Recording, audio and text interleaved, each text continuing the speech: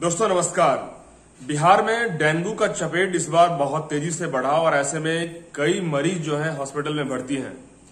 जिस तरीके से आपने सुना कि तेजस्वी यादव इसको लेकर काफी ज्यादा एक्शन में आए और जागरूकता के लिए कई अभियान चलाए हैं और यहां तक कि हॉस्पिटल की व्यवस्था को खुद जाकर देखने की काम किए हैं।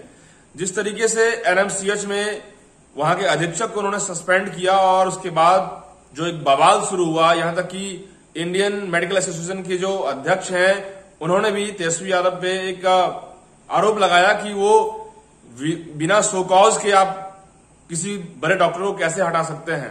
तमाम सारे सवाल आते हैं और इस पर में तेजस्वी यादव ने साफ जवाब दिया कि यदि किसी हॉस्पिटल के अधीक्षक को डेंगू का कौन सा कमरा है पेशेंट का, यदि वो पता नहीं है तो आप सोच लीजिए कि बिहार में अधीक्षक या किसी हॉस्पिटल के अधीक्षक क्या कर रहे हैं।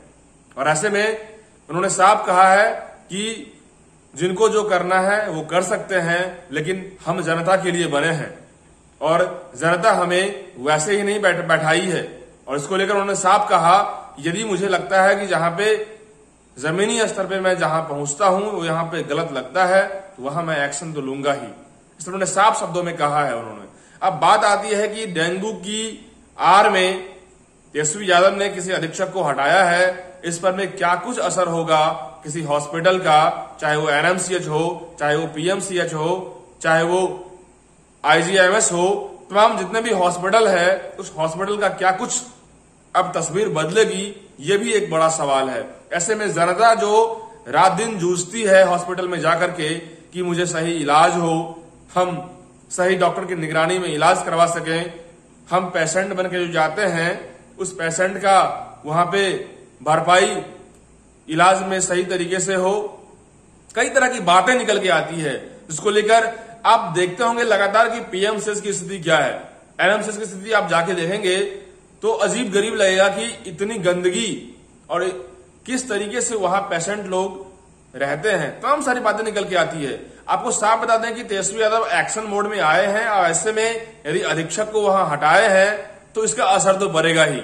डिप्टी सीएम भी है, स्वास्थ्य मंत्री भी है और ऐसे में इन्होंने एक्शन लिया और कई लोगों ने कहा है कि स्वास्थ्य व्यवस्था की बदहाली जो है उससे साफ स्पष्ट होता है कि हॉस्पिटल में क्या चल रहा है, सरकारी हॉस्पिटल में। अब बात यह आती है कि इसका असर कितना होगा, हॉस्पिटल में काम करने वाले डॉक्टर्स और नर्सेज कितना अपने आप को फोकस करेंगे, ये एक सवाल है।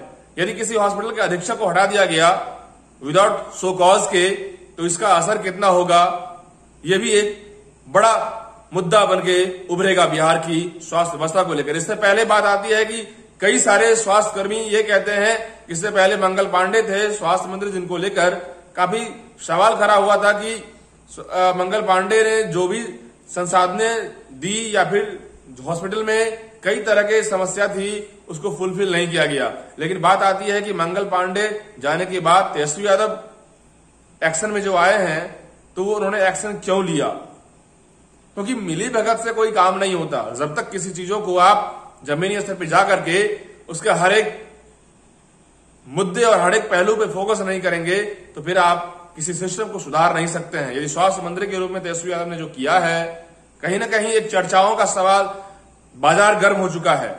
अब ये कितना असरदार होगा ये तो आने वाला समय ही बताएगा।